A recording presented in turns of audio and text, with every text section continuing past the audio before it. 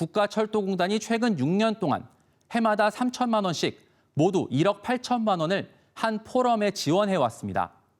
하지만 이 포럼은 외부 활동을 거의 하지 않아 유령 단체가 아니냐는 의혹이 일고 있는데 특히 포럼 대표가 철도공단 전 이사장으로 밝혀져 논란이 커지고 있습니다.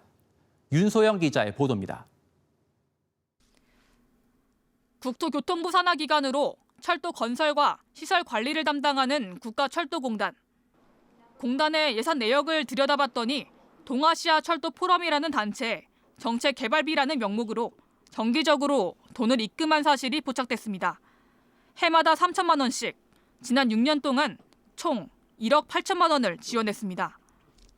지난 2019년 설립된 이 단체는 한반도 평화 시대를 대비해 동아시아 철도의 기반을 마련하겠다는 목표로 출범했습니다.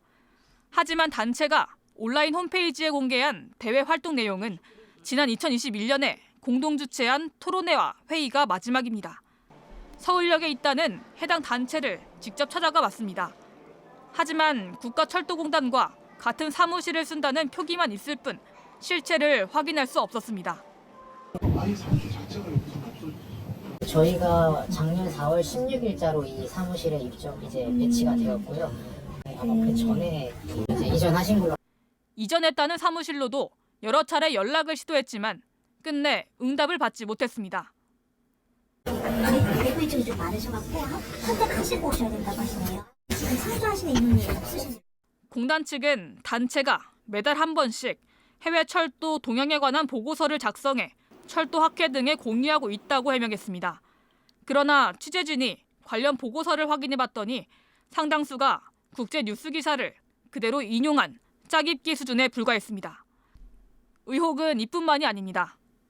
해당 단체의 대표는 지난 2018년부터 4년 동안 철도공단 이사장을 역임한 인물로 밝혀졌습니다. 공단은 이에 대해 해당 단체의 보고서 등을 토대로 해외 지하철 건설 용역 등을 수주한 성과가 있었다며 의혹을 일축했습니다. 공단의 해명에도 불구하고 활동이 부실한 단체가 매년 수천만 원의 지원금을 받을 수 있었던 배경에 대한 의문은 여전히 해소되지 않고 있습니다. MBC 뉴스 윤소영입니다.